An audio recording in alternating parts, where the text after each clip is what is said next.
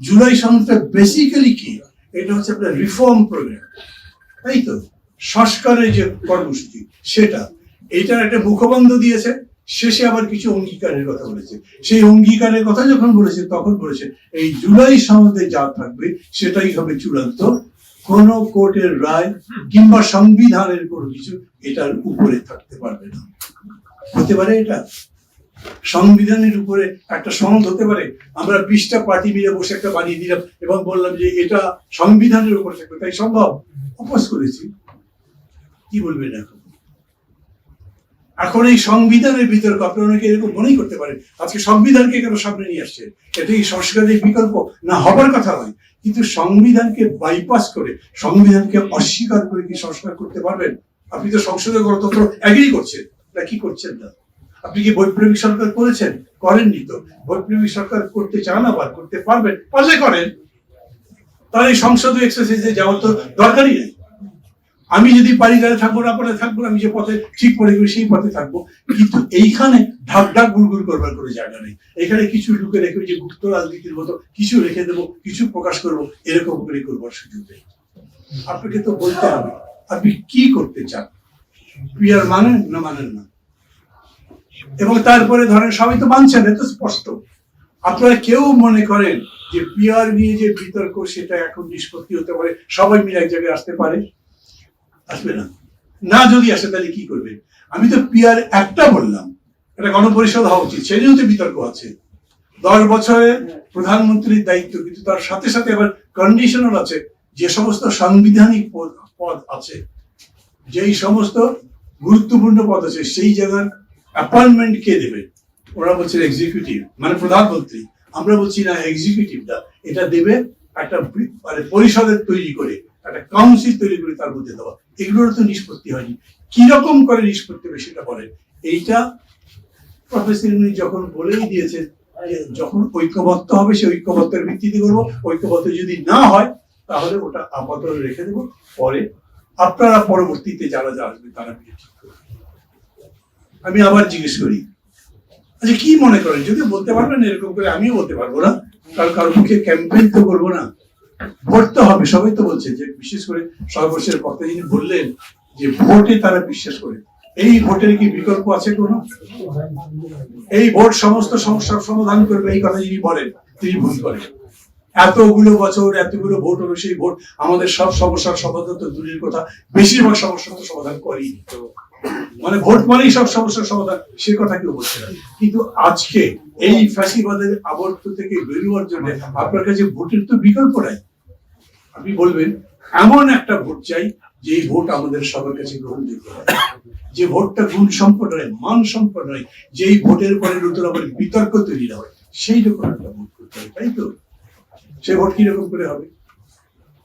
সেই ভোট হওয়ার জন্য আমরা যারা যারা মনে করছি যে সংবিধানের মধ্যে সেই পরিবর্তন আনলেই কেবল সেরকম হবে, কিন্তু বাস্তব কি দেখছেন? লাশ তুলে পড়ে ফেলা হচ্ছে। চট্টগ্রাম বিশ্ববিদ্যালয়ের প্রো ভিসি এবং প্রক্টর সারাদিন ধরে ফেসবুকে স্ট্যাটাস দিচ্ছে, আমরা মার খাচ্ছি, আমাদের ছাত্ররা মারা যাচ্ছে। ভোট হয়েছিল, সেই ভোটে ওই প্রশ্ন উঠতে পারত, কিন্তু এলএফও প্রেসিডেন্ট মানে তখনকার সরকার ঘোষণা করেছিল সেই লিগ্যাল ফ্রেমওয়ার্কের আন্ডারে ভোট হয়েছিল। কোন লিখিত বিষয় ছিল না, কোন রকম সই ছিল না, কেউ বলে নাই, অঙ্গীকার করে নাই যে জেতার পরে এটা করবো। তা যদি হয় তাহলে আবার দেশ স্বাধীন হয়ে যায় নাকি? তা যদি হয় তাহলে এত বড় গণহত্যা হয় নাকি? এখনো সেই একই প্রশ্ন আসছে। আমি এগ্রি করেছি আপনার সঙ্গে, চালিয়ে যান, সামনের দিকে যান, কিন্তু এই 12টা পয়েন্টে আমার নোট অফ ডিসেন্ট আছে। নোট অফ ডিসেন্ট মানে কি? আমি এর পরে যখন সংসদ আসবে, সংসদ বসবে, তখন এই ব্যাপারে আপনারা যে বলবেন তার সঙ্গে এক কথা এমন কিন্তু কোনো কথা নেই। আমি যেটা বলবো সেটা তখন বলবো, এখন আমি দ্বিমত করেছি। পার্লামেন্ট মানবেন তো, নাকি মানবেন না? যদি পার্লামেন্ট মানে, যদি এমন হয় যে মেজরিটি একটা দল পেল, সেই মেজরিটি দল যদি বলে এরকম হবে না, তখন কি বলবেন? আমরা এই রকম একটা জটিলতার মধ্যে আছি। আমি আবার বলি, অভ্যুত্থানটা যেখান থেকে শুরু হয়েছিল সেখান থেকে সুনির্দিষ্ট লক্ষ্য নির্দিষ্ট সামনের দিকে ধাপে ধাপে এগোতে পারতো, তাহলে আজকে তো এতগুলো প্রশ্ন তৈরি হতো না। কিন্তু প্রশ্নটা তৈরি হয়েছে। এই প্রশ্নগুলো নিষ্পত্তি করবার জন্য আমরা অন্তর্বর্তী একটা সরকার নির্বাচন করেছিলাম, মানে আমরা সিলেক্ট করেছিলাম, আমাদের প্রস্তাব অনুযায়ী হয়েছিল। কিন্তু সেই অন্তর্বর্তী সরকার এই জটিলতার মধ্যে যায়নি, যেতে পারেনি, এগুলো নিষ্পত্তি হয়নি। এখন আমরা আকাঙ্ক্ষা করতে পারি অন্তর্বর্তী সরকার এই বিষয়গুলো নিষ্পত্তি করবে। জুলাই ঘোষণা নিয়ে এখন তার বিতর্ক হচ্ছে না। যার মনে যে কষ্ট আছে তিনি সেই কষ্ট নিয়েই চলছেন, এটাই তো বাস্তব। জুলাই সনদ নিয়ে কি হবে? খুবই স্পষ্টত একটা দল বলছে যে কনস্টিটিউশনের সাথে জড়িত যে বিষয় আছে সে বিষয়ে আগে কিছু করা যাবে না। কিন্তু আপনারা এখানে যে সেমিনার করছেন, দাবি করছেন জুলাই সনদের গ্যারান্টি চাই, তার ভিত্তিতে নির্বাচন হওয়া চাই। এখন আপনারা আমার কাছে যদি মনে করেন যে এই বিতর্ক বা এই সমস্যার আমি কোনো সমাধান দিতে পারবো, আমি কিভাবে পারবো? আমার কথাই তো চলবে না। যদি বিএনপি আসতো, জামাত আসতো, তারা যদি বলতো সেটা একটা ওয়েট ক্যারি করতে পারতো, আমার কথাই তো সেটা ক্যারি করবে না। যদি এরকম বলেন, আপনি মাহমুদুর রহমান মান্না খুব টকশো করে বেড়ান, সব জায়গায় বক্তৃতা করে বেড়ান, বলেন যে জুলাই সনদ ছাড়া ভোট হবে না, আমি সেই কথা বলতে রাজি হব, কিন্তু আমি কোনো রুকাওয়াট হব না। মানে আমি এটার জন্য কোনো বাধা দেবো না। এই কারণে আমি জানি যে শেষ পর্যন্ত গণতন্ত্র মানে রুল অফ মেজরিটি, সেই মেজরিটির কাছে তো আমাকে সমর্পণ করতে হবে। আমি জানি না আবার কবে এই জুলাই সনদ নিয়ে বৈঠক হবে।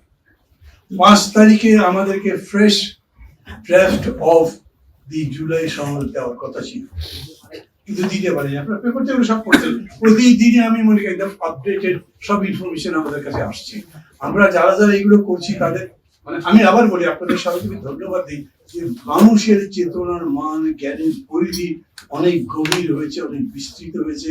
আমরা অনেক গভীর সমস্যাগুলো নিজেরা ভাবতে শিখেছি, এবং আমি মনে করি যে আমাদের এই অধ্যবসায়, আমাদের এই বিশ্বাস, আমাদের এই ধৈর্য যদি থাকে তাহলে এই সংকটটা আমরা কাটিয়ে উঠতে পারি।